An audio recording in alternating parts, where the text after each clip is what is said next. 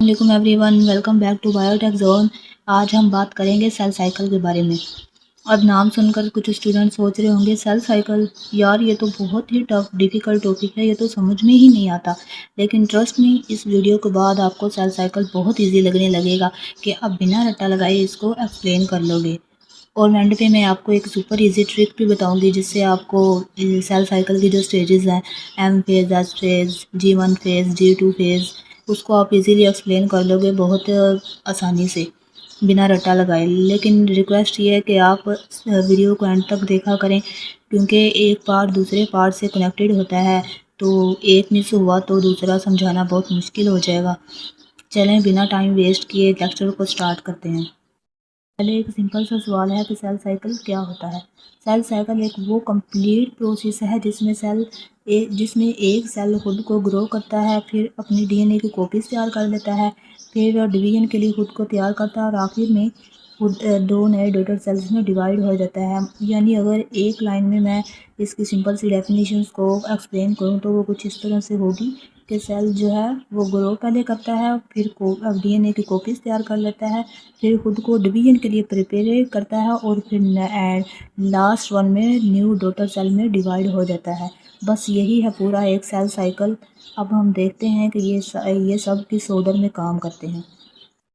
ये cell cycle की पूरी डायग्राम है। पहली नज़र में थोड़ी कंफ्यूजिंग लग रही है, लेकिन टेंशन की कोई बात नहीं है। हम इस लेक्चर को इतना सिंपल करेंगे कि लेक्चर के एंड तक आप इस डायग्राम को खुद बना भी लोगे और एक्सप्लेन भी कर लोगे। साइकिल को अगर हम सिंपल लैंग्वेज में समझें तो इसके सिर्फ दो मेन पार्ट्स होते हैं, इंटरफेज और एम फेज। इंटरफेज जो है वो इसका पहला पार्ट है और दूसरा एम फेज है, जिसे हम माइटोटिक फेज भी कहते हैं। यहाँ आपने एक इम्पोर्टेंट बात याद रखनी है कि काफ़ी स्टूडेंट्स सोचते हैं कि सेल जो है वो अपना ज़्यादा टाइम अपनी डिवीजन में लगा देता है, लेकिन ऐसा बिल्कुल भी नहीं है। सेल का अपना ज़्यादा टाइम उसकी प्रिपरेशन में लगाता है, ना कि डिवीजन में।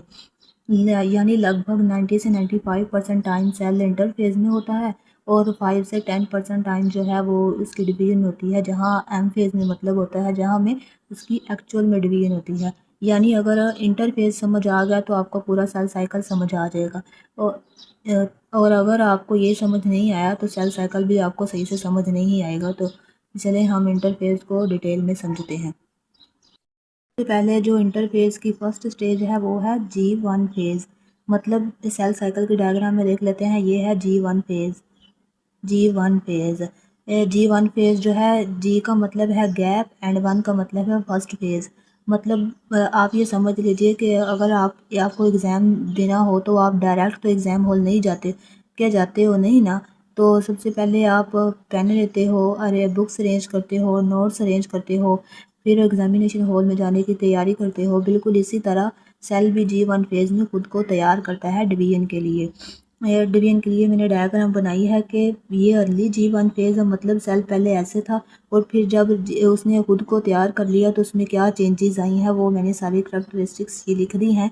तो मैं आपको समझा देती हूँ। सेल जो है वो पहले इसमें अपना साइज़ भी इंक्रीज़ कर लेता है, उसकी ऑर्गेनेलिज भी इंक्रीज़ होती हैं, प्रोटीन और आरएनए बनते हैं। सेल जो है वो खुद को प्रिपेयर कर लेता है डीएनए सिंथेसिस के लिए।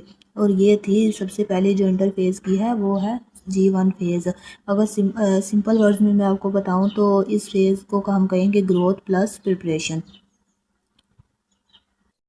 आ जाता है सेल साइकिल का इम्पोर्टेंट फेज़ और एग्ज़ाम में सबसे ज़्यादा पूछे जाने वाला फेज़ एस फेज़। एस का मतलब है सिंथेसिस फेज़। और यहाँ एक सवाल ये है कि एस फेज़ में किस चीज़ की सिंथेसिस होती है। तो एस फेज़ में सिंथेसिस होती है डीएनए रेप्लिकेशन की। मतलब डीएनए जो है वो अपनी रेप्लिकेशन कर लेता है, अपनी एग्जैक्ट कॉपी बना लेता है। फॉर एग्ज़ाम्पल मान लो कि आपके पास एक नोटबुक है, तो टीचर आपको कहता है कि इसकी फ़ोटोकॉपी भी ले आओ, तो आपके पास अब ओरिजिनल भी है और उसकी फ़ोटोकॉपी भी है। तो डीएनए भी इसी तरह अपनी एग्जैक्ट कॉपी तैयार कर लेता है। तो इस प्रोसेस के बाद जो है डीएनए के इस प्रोसेस के बाद हर क्रोमोसोम्स के 2 सिस्टर क्रोमैटिड्स होते हैं और दोनों सिस्टर क्रोमैटिड्स सेंट्रोमेयर के ज़रिए आपस में कनेक्टेड होते हैं। वो आपस में कनेक्टेड होते हैं और यहाँ आपने एक इम्पोर्टेंट बात याद रखनी है कि डीएनए की क्वांटिटी जो है वो डबल हो जाती है, लेकिन जो क्रोमोसोम्स की तादाद है वो सेम ही रहती है। ये पॉइंट बहुत ही एमसीक्यूज़ में पूछा जाता है और आपने इसको बिल्कुल नहीं भूलना। अब हम आ गए हैं इंटरफेज़ के लास्ट फेज़ पर, G2, जिसका नाम है G2 फेज़। G2 फेज़, सोचो कि सेल की डिवीजन हो चुकी है तो सेल का सीधा डिवाइड हो जाएगा। सेल डिवाइड नहीं होता, सेल इतनी जल्दी नहीं करता। सबसे पहले सेल को चेक किया जाता है, बिल्कुल वैसे उसी तरह जैसे हम एग्ज़ाम में जाने से पहले लास्ट रिवीजन करते हैं। इसीलिए G2 फेज़ को फाइनल प्रिपरेशन फॉर डिवीजन भी कहा जाता है। देखते हैं कि G2 फेज़ में क्या क्या होता है। सबसे पहले जो है वो सेल जो है वो और ग्रो करता है, उसके बाद जो है वो प्रोटीन बनते हैं। प्रोटीन, क्योंकि जो प्रोटीन जब सेल डिवीजन हो रहा होता है तो प्रोटीन की ज़रूरत पड़ती है और ऑर्गेनेल्स की क्वांटिटी भी इंक्रीज़ होती है, क्योंकि जब 2 नए डॉटर सेल बनेंगे तो उनको ज़रूरी ऑर्गेनेल्स मिल सकें। सबसे इम्पोर्टेंट काम जो है वो सेल वो करता है कि वो चेक करता है डीएनए का एरर वगैरह चेक करता है कि अगर कोई मिस्टेक हो तो वो उसको रिपेयर करने की कोशिश करता है। गाइस, आज हमने सेल साइकिल के सबसे इम्पोर्टेंट फेज़ इंटरफेज़ को समझ लिया है डिटेल में। G1 फेज़ क्या होता है, S फेज़ क्या होता है, G2 फेज़ क्या होता है और G0 फेज़। G0 फेज़ के बारे में बताना भूल गई आपको।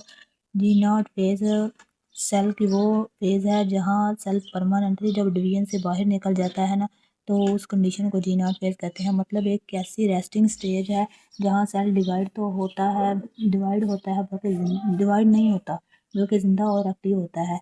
सेल जो है वो G1 फेज़ से फैसला करता है कि उसने डिवाइड होना है कि नहीं। अगर वो उसने डिवाइड होना हो तो वह फेज़ मतलब सिंथेसिस फेज़ में चला जाता है, और अगर उसने डिवाइड नहीं होना हो तो वो G0 फेज़ में चला जाता है। मतलब एग्जांपल, न्यूरॉन और नर्व सेल जो होते हैं वो मोस्टली लाइफ टाइम जो है वो रेस्टिंग फेज़ में ही रहते हैं, मतलब G0 फेज़ में रहते हैं। सवाल के सेल सेल जब इतनी अच्छी तरह से प्रिपेयर हो जाता है, पूरे सेल साइकिल को मैं आपको एक छोटी सी ट्रिक बता रही हूँ जिससे आप इस साइकिल को शॉर्ट में याद रख सकते हैं। मतलब आप समझ लें कि ये हमारे पूरे लेक्चर की रिवीजन है, मतलब फ्लो ऑफ सेल साइकिल। मतलब हमने क्या क्या समझा था। पहले हमने देखा था कि सेल ग्रो करता है, मतलब G1 फेज़ में हमने देखा था इंटरफेज़ में कि इंटरफेज़ के फर्स्ट फेज़ G1 फेज़ में हमने देखा था कि सेल कैसे ग्रो करता है, कैसे ऑर्गेनाइज, मतलब प्रिपरेशन, सेल खुद को तैयार करता है। ठीक है, ये हमारे पास फर्स्ट स्टेप था इंटरफेज़ का। नेक्स्ट हमारे पास था एस फेज़, जिसे हम सिंथेसिस फेज़ कहते हैं। इसमें हमने देखा था कि डीएनए जो है वो अपनी कॉपी तैयार कर लेता है, खुद को रेप्लिकेट कर लेता है। थर्ड फेज़ था हमारे पास G2 phase, final preparation for sale division. इसमें इसमें मतलब सेल खुद को चेक करता है कि जो क्या सब कुछ ठीक है, और यहाँ तक हमारा जो है वो इंटरफेस का जो है वो प्रोसेस कंप्लीट हो जाता है। नेक्स्ट जो है वो हम नेक्स्ट माइटोसिस है, मतलब एम डिवीजन है, माइटोटिक डिवीजन, जिसमें सेल जो है डिवाइड हो जाएगा और दो नए डॉटर सेल बन जाएंगे। ये थी इंटरफेज, मतलब सेल की प्रिपरेशन, और ये थी एम फेज, मतलब फाइनल डिवीजन, जहाँ से सेल डिवाइड हो जाएगा। तो ये हम नेक्स्ट टॉपिक में इंशाल्लाह पढ़ेंगे। सवाल के सेल सेल जब इतनी अच्छी तरह से प्रिपेयर हो जाता है तो वो डिवाइड कैसे होता है, और अगर डिवाइड हो जाता है तो वो एक क्रोमोसोम्स एक सेल से दो सेल में इक्वली डिस्ट्रीब्यूट कैसे हो सकते हैं, कैसे हो जाते हैं। तो ये हम नेक्स्ट टॉपिक में पढ़ेंगे, मतलब एम फेज में पढ़ेंगे, माइटोसिस में, जिसे हम डायग्राम में और स्टेप बाय स्टेप डिटेल से कवर करेंगे। अगर आपको वीडियो हेल्पफुल लगी हो तो लाइक करें, चैनल बायोटेक जोन को सब्सक्राइब करें और इस वीडियो को अपने दोस्तों तक ज़रूर शेयर कीजिएगा, ताकि उनकी भी स्टडी जो है और उनकी प्रिपरेशन जो है वो स्ट्रॉन्ग हो जाए। मिलते हैं नेक्स्ट वीडियो में। अल्लाह हाफिज़।